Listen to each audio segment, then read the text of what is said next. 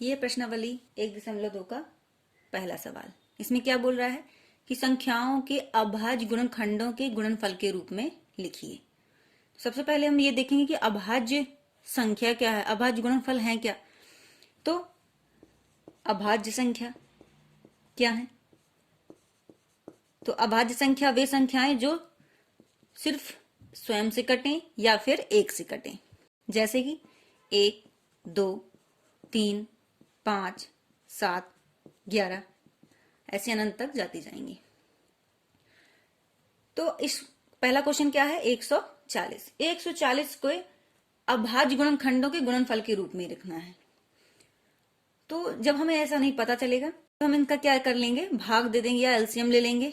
LCM लेते हैं तो देखते हैं, ये जाएगा 70 बार, फिर ये जाएगा 35 बार, फिर ये जाएगा 7 बार, फिर ये जाएगा 1 बार।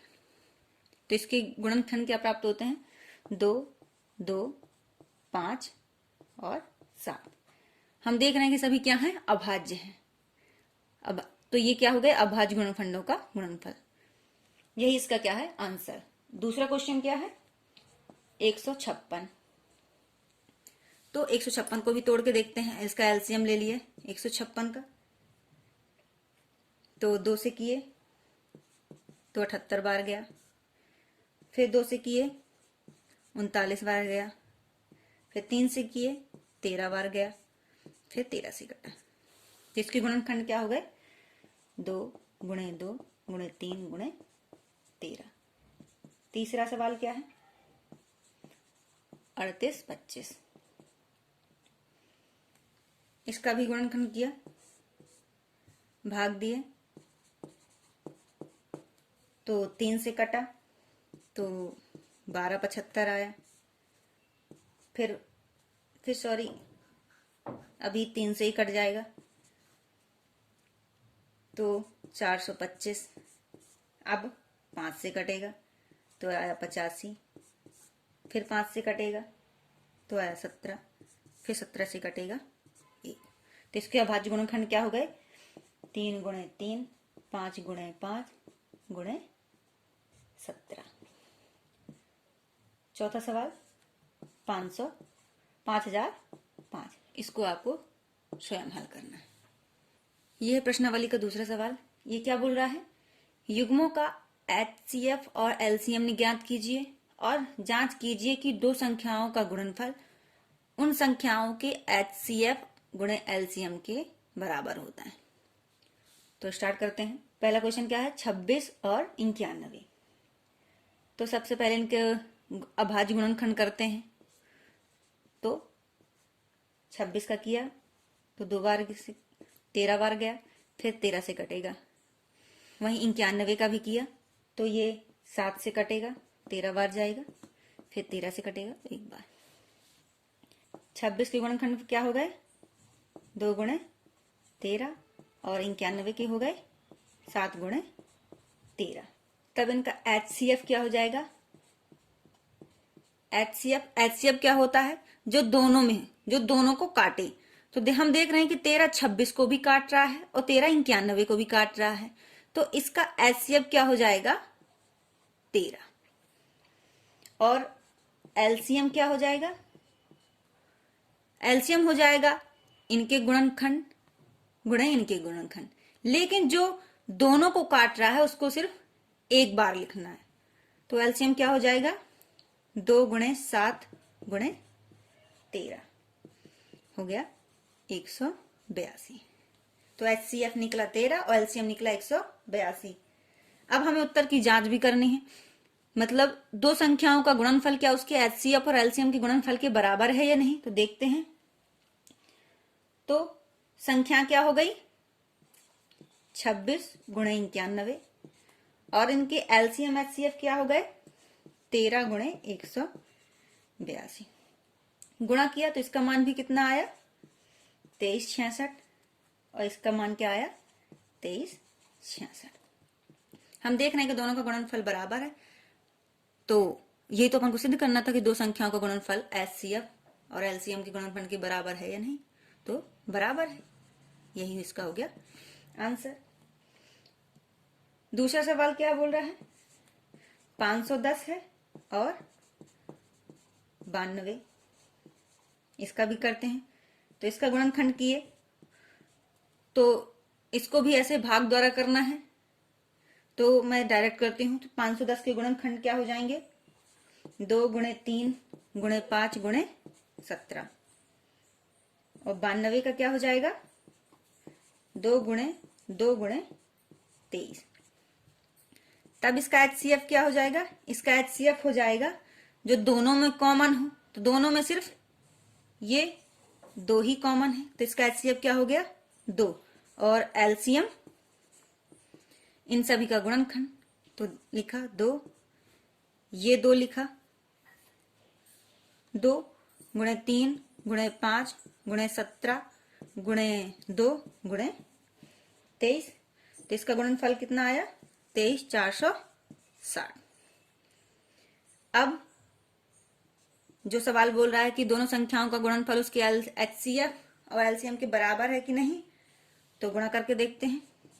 510 गुणे 92 बराबर 2 गुणे 23,460, गुणा किए तो ये आया 120, ये भी आता है 120, मतलब बराबर है, अतः यही अपन को करना है। यह तीसरा क्वेश्चन 336, इसका गुणनखंड किए तो इसका गुणनखंड आया 2 गुणे 2 गुणे 2 गुणे 2 गुणे 3 गुणे 7। 54 के गुणनखंड किए तो इसका आया 2 गुणे 3 गुणे 3 गुणे 3। इन दोनों संख्याओं का क्या निकालना है, HCF क्या आएगा, जो दोनों को काटे, तो एक ये 2 काट रहा है तो 2 लिखा है यहाँ, गुणे एक ये 3 भी काट रहा है दोनों को, तो यह 3 लिखे, हो गया आया 6। HCF क्या आ गया 6। अब क्या निकालना है, LCM निकालते हैं। इनका सभी का गुणनखंड किया, 2 गुणे 2 गुणे 2 गुणे 2 गुणे 3 गुणे 7 गुणे 3 गुणे 3, तो इनका गुणनफल कितना आया 30, 24।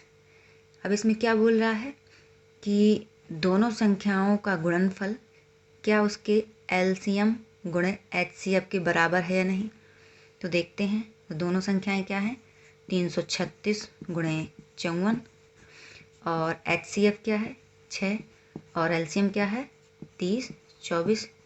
गुणा किया तो इसका गुणनफल आ रहा है 18,144, और इसका गुणा किया तो इसका गुणनफल भी आ रहा है 18,144। यही हमें सिद्ध करना था, ये इसका है आंसर। ये प्रश्नावली का तीसरा क्वेश्चन, ये क्या बोल रहा है कि अभाज्य गुणनखंड विधि द्वारा निम्नलिखित पूर्णांकों के HCF और LCM ज्ञात कीजिए। तो पहला सवाल अपना क्या दिया हुआ है, 12, 15 और 21। तो इनकी सबसे पहले LCM लेते हैं अलग अलग। तो 12 का लिया, 2 छक्का 12, 2 तिहाई 6, 3। 15 का लिया, 3 पांचे 15। 21 का लिया, 3 सत्ते 21। इनके गुणनखंड लिखे, 2 गुणे 2 गुणे 3। 15 का लिखा, 3 गुणे 5। 21 का लिखा, 3 गुणे 7। तो इसका HCF क्या हो जाएगा, मैंने बताया था कि जो दोनों में कॉमन हो, लेकिन यहाँ 3 है, तो जो तीनों में कॉमन है, तो तीनों मतलब तीनों को काट रहा हो, तो जो ये 3 है 12 को भी काटता है, ये 3 15 को भी काटता है, ये 3 21 को भी काटता है, तो इसका HCF क्या हो जाएगा 3, और LCM हो जाएगा इन सभी का गुणनफल।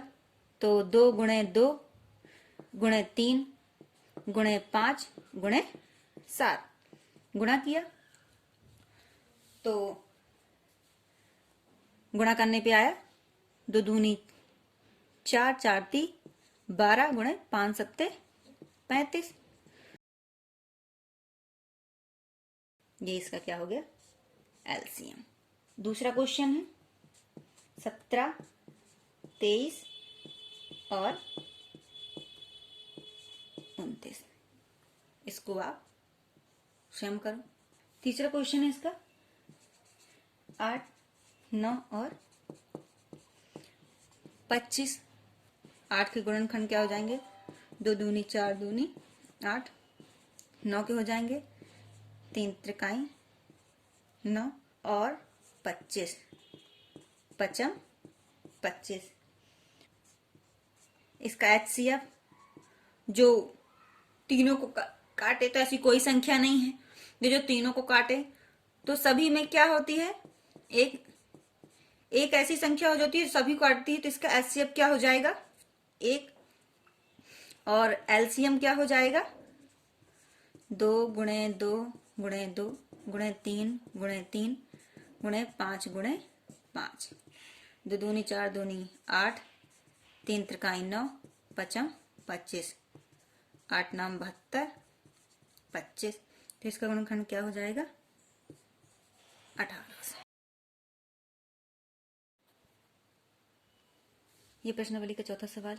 ये क्या बोल रहा है कि 306 और 657 का HCF जो है वो क्या है? 9 दिया गया है, तो LCM ज्ञात करना है। तो ये दो संख्याएं ये दी गई हैं कि इनका HCF क्या है? 9 है। तो पहली संख्या क्या हो गई?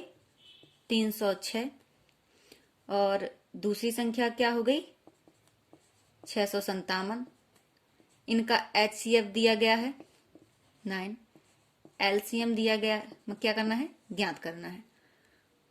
तो इस प्रश्नावली में सूत्र दिया गया था कि दो संख्याओं का गुणनफल उसके HCF गुणे LCM के बराबर होता है।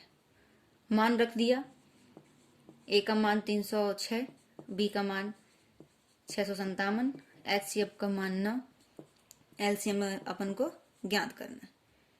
9 को इस साइड लाए तो यहां गुणा में है, तो यहां हो जाएगा भाग।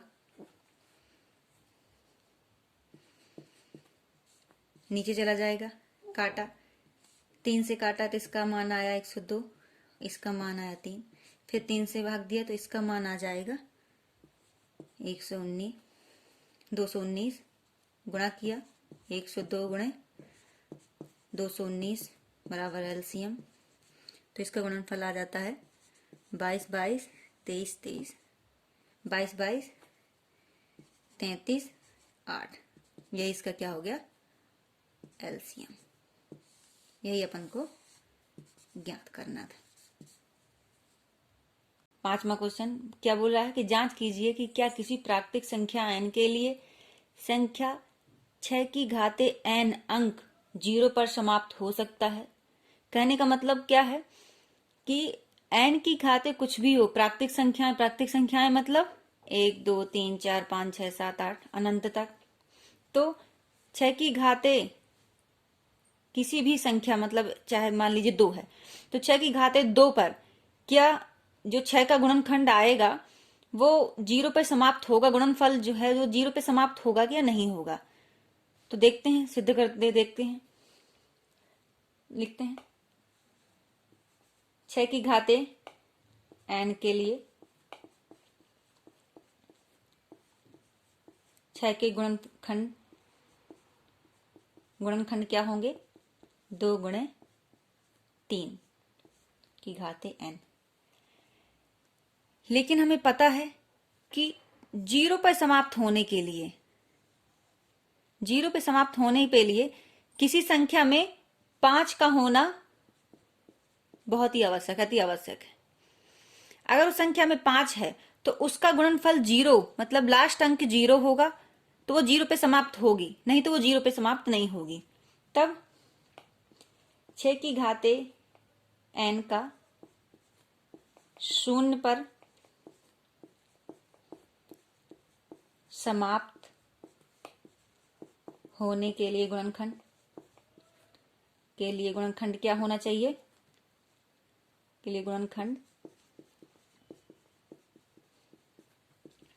2 गुणे 5 की घाते n, इस रूप में होना चाहिए। लेकिन 6 के गुणनखंडों को 2 गुणे 5 के रूप में नहीं लिख सकते हैं, अतः हम कह सकते हैं कि किसी प्राकृत संख्या n के लिए संख्या 6 की घाते n अंक 0 पर समाप्त नहीं हो सकती। दूसरी तरह समझें, जैसे 10 का जो गुणनखंड है उसका गुणनखंड क्या होता है? 2 गुणे 5। 20 का क्या होता है? 2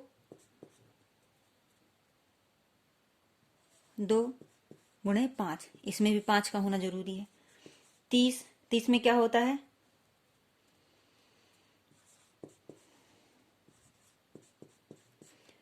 5। किसी भी संख्या का जीरो पे समाप्त होने के लिए उसमें 5 का गुणनखंड होना बहुत जरूरी है। अगर 5 नहीं आ रहा है तो वह संख्या 0 पे समाप्त नहीं होगी। जब 0 पे समाप्त नहीं होगी तो उसमें घात कुछ भी चढ़ा दी जाए तो उसका गुणनखंड 0 पे समाप्त नहीं हो सकता है। इसलिए 6 की घात n का कोई भी घात चढ़ा दी जाए, n बराबर कोई भी घात चढ़ा दी जाए तो उसका गुणनफल जो है 0 पे समाप्त नहीं होगा। यही इसका क्या है? आंसर। ये प्रश्नावली का 6वां सवाल, ये क्या बोल रहा है कि व्याख्या कीजिए कि 7 गुणे 11 गुणे 13 प्लस 13 और 7 गुणे 6 गुणे 5 गुणे 4 गुणे 3 गुणे 2 गुणे 1 प्लस 5 भाज्य संख्याएं क्यों हैं। पहले तो जान ले भाज्य संख्या क्या है। भाज्य संख्या है जो 1 से कट जाएं, स्वयं से कट जाएं और किसी दूसरी संख्या से भी कट जाएं, वो कहलाती हैं भाज्य संख्याएं। और अभाज्य संख्या पहले ही बता चुकी हूं कि जो सिर्फ 1 से कटें और स्वयं से कटें, वह कहलाती हैं अभाज्य संख्याएं। तो भाज्य संख्याएं कहला जाएंगी 4, 6, 8 डैश अनंत तक। और अभाज्य संख्याएं कहला जाएंगी 1, 2, 3, 5, 7 डैश। अब हमें यह भी ज्ञात है कि भाज्य संख्याओं के गुणनखंड हमेशा अभाज्य संख्याएं ही होती हैं। हमें क्या पता है कि भाज्य संख्याओं का गुणनखंड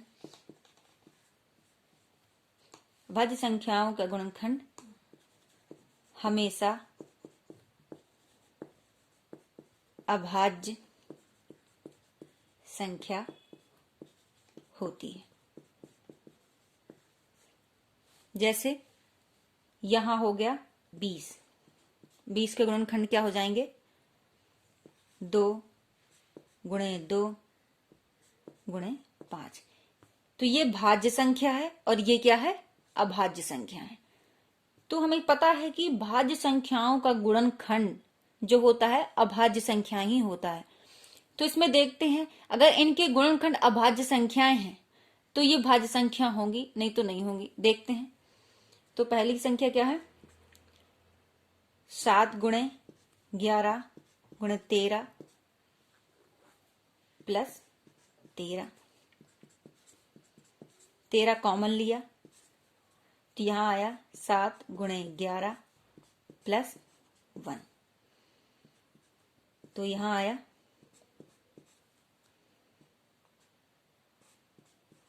18। तो हम देख रहे हैं कि इस संख्या में एक अभाज्य संख्या भी है। तो जब एक अभाज्य संख्या है मतलब कि इसका एक गुणनखंड क्या है, भाज्य संख्या 13 है, तो एक ये संख्या क्या हो जाएगी, भाज्य हो जाएगी। मतलब कि ये जो संख्या है 13 से भी कट रही है और 78 से भी कट रही है। और भाज्य संख्या वे संख्या है जो 1 से कटे, स्वयं से कटे और एक किसी अन्य से भी कट जाए, किसी दूसरी संख्या से भी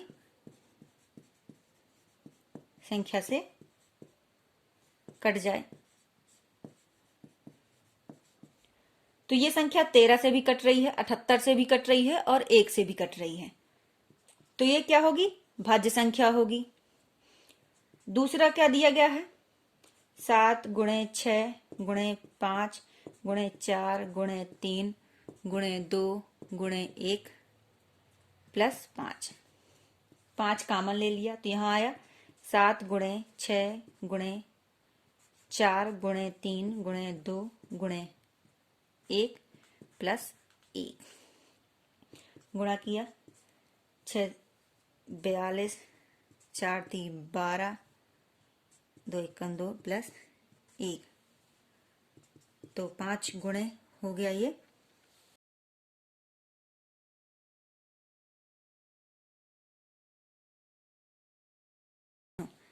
इसका भी देखते हैं कि एक यह संख्या जो आएगी वो 5 से भी कटेगी और 1009 से भी कटेगी, मतलब दो संख्याओं से कट रही है।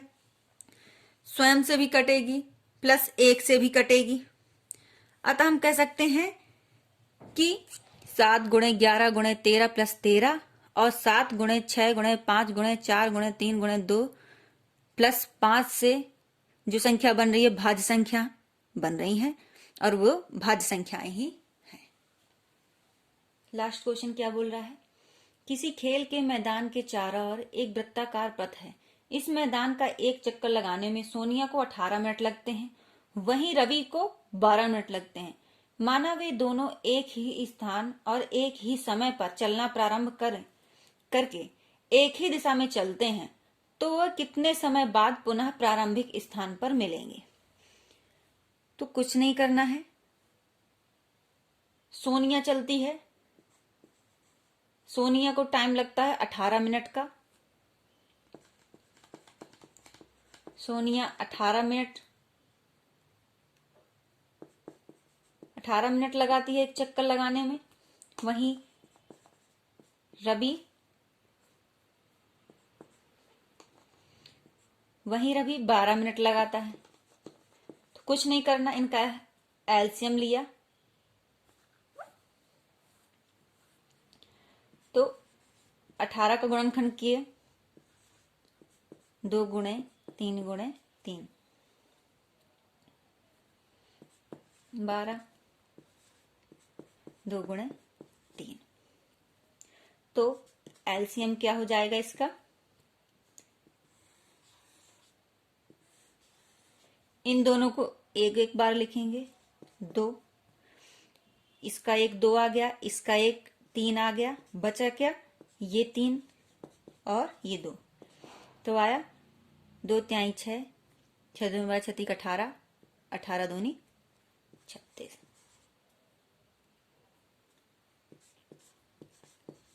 36 मिनट। अतः वे दोनों कितने मिनट बाद पुनः स्थान पर मिलेंगे, 36 मिनट बाद। यही इसका क्या है, आंसर।